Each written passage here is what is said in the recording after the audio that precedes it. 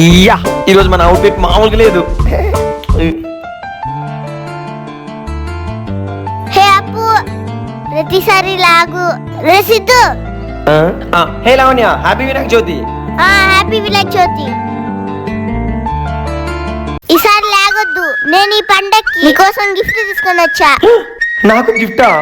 నువ్వు సూపర్ లావణ్య, అసలు దగ్గర ఇచ్చేయి, గిఫ్ట్ ఇచ్చేయి. అక్క